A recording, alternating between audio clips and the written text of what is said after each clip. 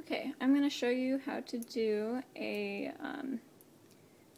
afterthought thumbhole. Well, it's not really an afterthought thumbhole. An afterthought thumbhole, you would just cut into the work after you were done and put a thumbhole in. But this is similar, except you're going to save a place, I guess, for that hole, so you don't actually have to cut into your work.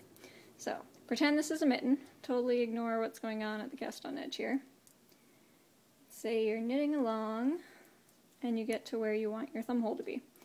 And say the directions call for the next 5 stitches to become the thumbhole stitches. You're going to get a piece of waste yarn. You're going to drop your normal yarn. And then you're going to knit the next 5 stitches with that waste yarn.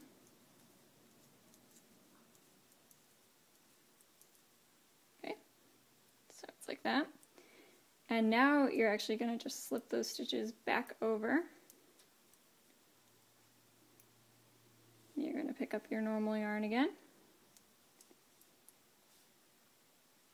And then you're going to knit them, pull them to keep snug there. Just knit them again with your normal yarn. And continue knitting till the end of the row. Now you've got this little waste yarn area, there we go. Which when you get to the end and you're ready to put your thumb in, you can just remove these waste yarn stitches, put the live stitches back on your needle, and knit up from there to make a thumb hole. Or to make the thumb, rather, of your mitten. Or you can just bind it off and make a thumb hole. So we will come back to that as soon as I've knitted a little further. Okay, so now we've bound off our work, and we want to go back and get this little thumb hole dealt with. So, what we're going to do, and this is kind of hard to do from behind the camera, but we're going to watch where the yellow yarn goes into the green, and we're going to pick up those stitches.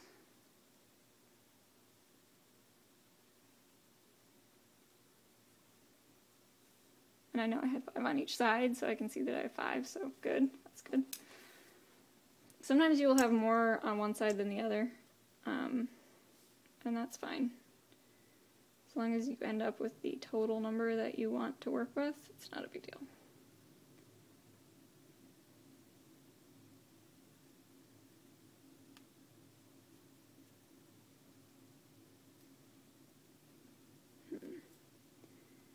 What's being difficult? There we go.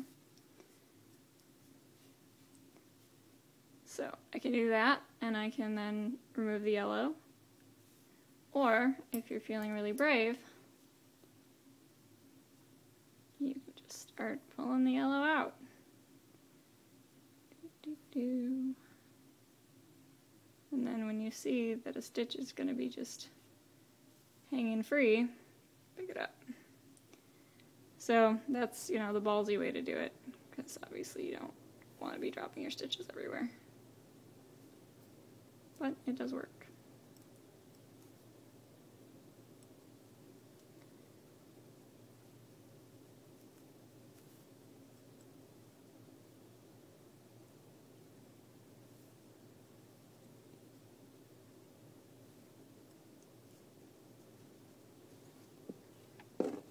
And if you're feeling impatient, you can also just cut those suckers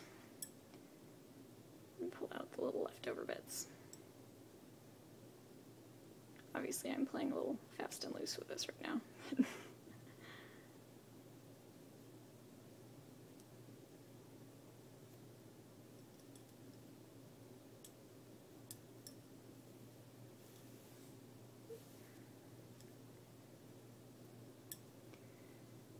Alright, so you can see when I did it this way, I actually only have 4 on top. That is normal. You'll have more on bottom than you will on the top. But let's say that I wanted 10 to work with. I can just pick up one over here. And a lot of times the directions will actually tell you to pick up a couple stitches around the corners like this, just to tighten it up. You usually want to put a 3rd needle in too. But yeah, so then you have live stitches on your needle, and you can work your thumb up from there and be lovely and seamless.